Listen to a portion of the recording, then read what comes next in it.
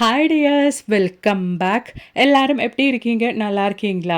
இன்றைக்கி நம்ம வீடியோவில் நம்ம பார்க்க போகிறது கை தொடாமல் நம்ம வீட்டில் இருக்கிற டாய்லெட்டு, பாத்ரூம் எல்லாம் நல்லா பளிச்சுன்னு 5 ஸ்டார் ஹோட்டலில் இருக்கிற மாதிரி நம்ம எப்படி மெயின்டைன் பண்ண போகிறோம் அப்படின்றது தான்.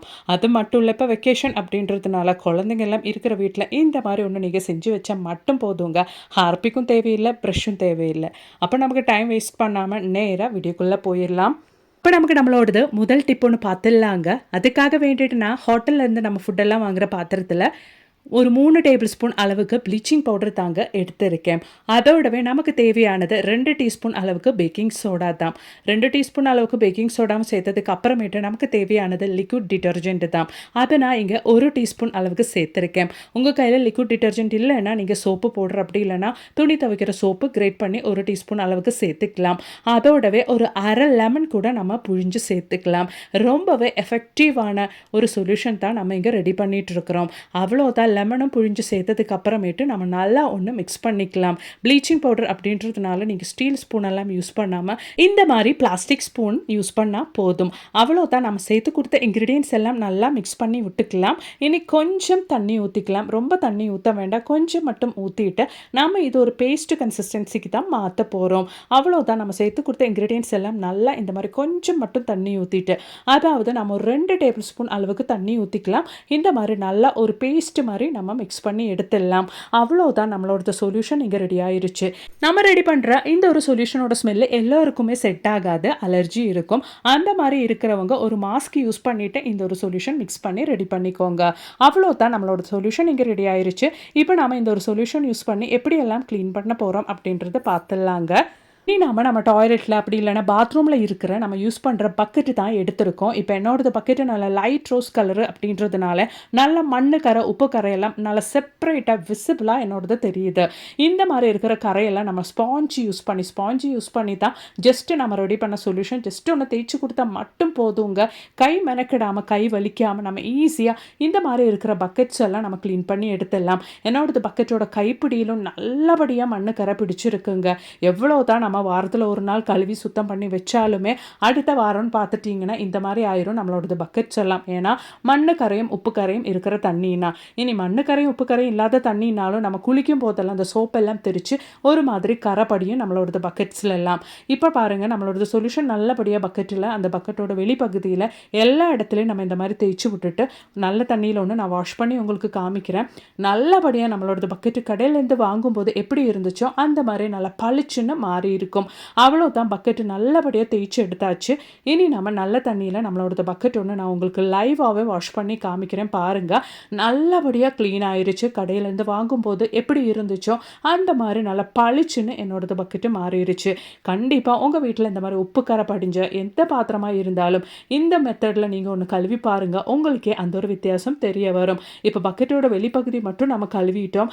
இதே கண்டிஷனில் தான் என்னோடது பக்கெட்டோட உள்பகுதியும் இருக்குது. நல்லா மண் படிஞ்சு உப்பு கரையெல்லாம் ஆகி என்னோடது பக்கெட்டோட உள்பகுதியும் அதே மாதிரி தான் இருக்குது.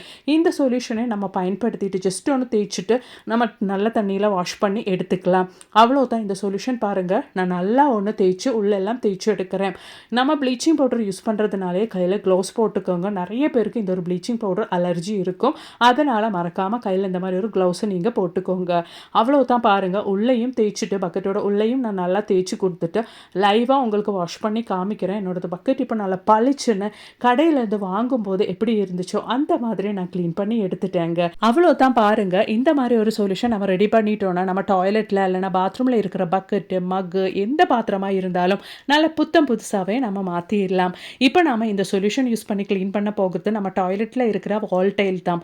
எப்போவுமே சோப்பு கரை, உப்பு கரை, அது மட்டும் இல்லை மண்ணு கரையெல்லாம் தெரிச்சு மெயினாக இந்த மாதிரி லைட் கலர் டைல்ஸாக இருந்தால் அழகாக அந்த விசிபிளாக நமக்கு அழுக்கெல்லாம் நல்லபடியாக தெரியும். மெயினாக நம்மளோட டைல்ஸ் கேப்பில் இருக்கிற மண்ணு கரையெல்லாம் ஈஸியாக நமக்கு தெரியறதுக்கு வரும். அந்த மாதிரி இருக்கிற கரையும் அழகாக நம்ம இந்த மாதிரி ஒரு ஸ்பாஞ்ச் யூஸ் பண்ணிவிட்டு தேய்ச்சி கொடுத்தா மட்டும் போதுங்க. டைல்ஸுக்கு இடையில இருக்கிற மண்ணு கரை, அது மாதிரி லைட் டைல்ஸுக்குள்ள இருக்கிற அந்த கரை உங்களுக்கு பார்த்தா நல்லாவே தெரியும். எப்படிப்பட்ட விடாப்பிடியாக இருந்த கரையாக இருந்தாலும் இந்த மாதிரி ஒன்று நீங்கள் ஜஸ்ட் ஒன்று இந்த சொல்யூஷன் யூஸ் பண்ணி தேய்ச்சாலே போதுங்க. அழகாக நீங்கள் க்ளீன் பண்ணி எடுத்துடலாம்.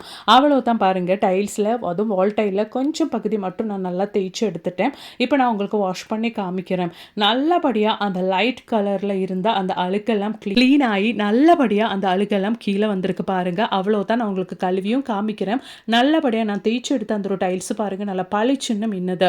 அதே மாதிரி தாங்க நம்மளோட ஃப்ளோர் டைலும் நல்லா லைட் கலர் அப்படின்றதுனாலே நல்லபடியாக அந்த டைலுக்கு இடையில எல்லாம் மண் படிஞ்சாலே நல்லபடியாக அந்த கலரெல்லாம் அந்த மண் கலரெல்லாம் தெரிய ஆரம்பிக்கும். அது மட்டும் இல்லைங்க, இந்த மாதிரி ஃப்ளோர் டைலில் சீக்கிரமாக டைலுக்கு இடையில மண் புழுங்கள் எல்லாம் வர்றதுக்கு ரொம்பவே சான்சஸ் இருக்குது. இந்த மாதிரி ஒரு சொல்யூஷனில் தான் நீங்கள் பாத்ரூமை 3 மாதத்துக்கு ஒரு டைம் இல்லைனா 6 மாதத்துக்கு ஒரு டைம் நீங்கள் கழுவுறீங்க அப்படின்னா, டீப் க்ளீன் பண்ணுறீங்க அப்படின்னா, அந்த மாதிரி மண்புழு தொல்லையெல்லாம் நம்ம டாய்லெட்டில் இருக்கவே இருக்காதுங்க. நல்லபடியாக இந்த மாதிரி க்ளீன் பண்ணிட்டீங்கன்னா போதுங்க. 5 ஸ்டார் ஹோட்டலில் இருக்கிற மாதிரி உங்கள் டாய்லெட்டும் நீங்கள் நல்லா பளிச்சுன்னு மெயின்டைன் பண்ணிடலாம். அவ்வளோதான் பாருங்கள், தண்ணி ஊற்றும் போது அந்த வித்தியாசம் உங்களுக்கே தெரிய வரும். அதே மாதிரி தாங்க நம்ம கிச்சன் சிங்க்லேயும் நம்ம மாதத்துக்கு ஒரு டைம் இல்லைனா 2 மாதத்துக்கு ஒரு டைம் நம்ம இந்த மாதிரி ஒரு சொல்யூஷன் ரெடி பண்ணிவிட்டு நல்லபடியாக ஒன்று தேய்ச்சி எடுத்துட்டோன்னா நம்ம கடையிலேருந்து வாங்கும்போது நம்மளோட கிச்சன் சிங்க் எப்படி இருந்துச்சோ அந்த மாதிரி நீங்கள் மெயின்டைன் பண்ணிடலாம். அது மட்டும் இல்லைங்க, நம்ம சேர்த்து கொடுத்த இந்த இன்க்ரீடியன்ட்ஸ்னாலேயே நம்ம கிச்சன் சிங்கோட பைப்பு வழி வர பிராணிக தொல்லை இருக்கவே இருக்காது. அது மட்டும் இல்லைங்க, ரொம்ப காலத்துக்கு நம்மளோட கிச்சன் சிங்க் ப்ளாக் ஆகாமல் நம்ம மெயின்டைன் பண்ணவும் முடியும். கண்டிப்பாக ட்ரை பண்ணி பாருங்கள் ஃப்ரெண்ட்ஸ். அவ்வளோதான் நம்மளோட சொல்யூஷன். நல்லபடியாக தேய்ச்சி நான் கழுவும் போதே உங்களுக்கு தெரியும், நல்லா பளிச்சுன்னு புத்தம் புதுசாகவே என்னோடது கிச்சன் சிங்க்கு மாறிடுச்சு. கண்டிப்பாக நீங்களும் வீட்டில் ட்ரை பண்ணி பாருங்கள். பிடிச்சிருந்தா மறக்காம ஒன்று லைக் பண்ணுங்கள் ஃப்ரெண்ட்ஸ். இப்போ இனி ரொம்ப ஈஸியாக நொடியில் செய்யக்கூடிய ஒரு சட்னியோட ரெசிபி பார்த்துடலாங்க. அதுக்காக வேண்டிட்டு நான் ஒரு கைப்பிடி அளவுக்கு பொட்டுக்கடலை எடுத்திருக்கேன்.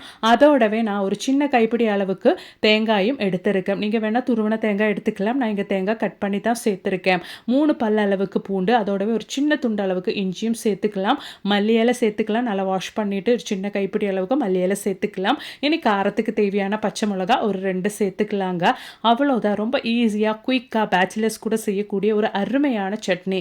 காரத்துக்கு தேவையான பச்சை மிளகும் சேர்த்து கொடுத்துட்டு நல்லா சூடான தண்ணி ஊற்றி தேவையான அளவுக்கு உப்பும் போட்டு இந்த மாதிரி ஒன்று சுற்றி எடுத்தால் போதும், நம்மளோடது சட்னி இங்கே ரெடி ஆயிரும். அவ்வளோ தாங்க. ரொம்பவே டேஸ்டியான தோசை கூட அது மாதிரி இட்லி கூட எல்லாம் சாப்பிடக்கூடிய ஒரு அருமையான சட்னி. நல்ல திக்காகவும் நம்மளோடது சட்னி இங்கே ரெடி ஆயிருச்சு.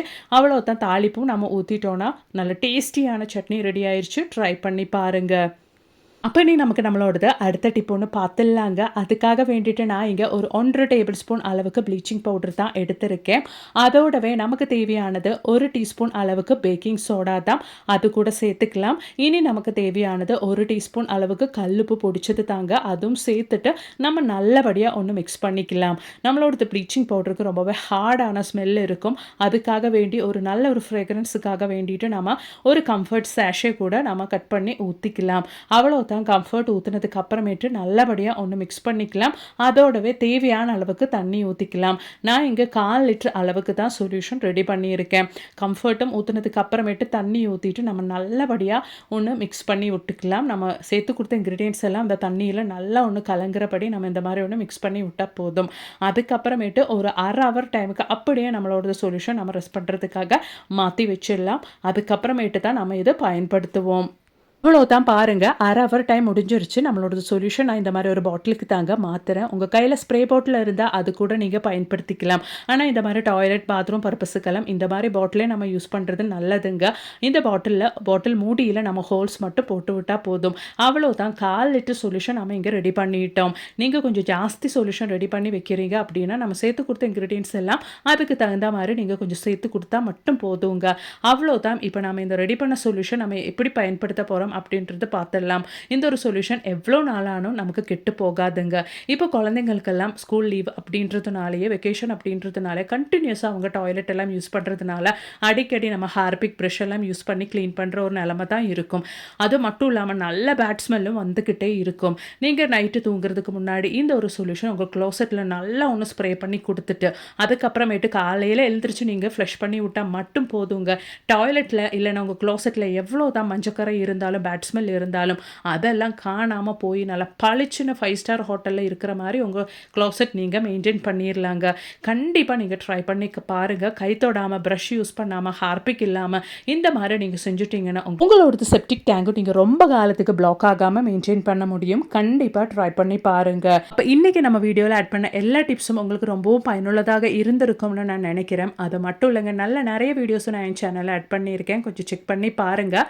தேங்க்ஸ் ஃபார் வாட்சிங்.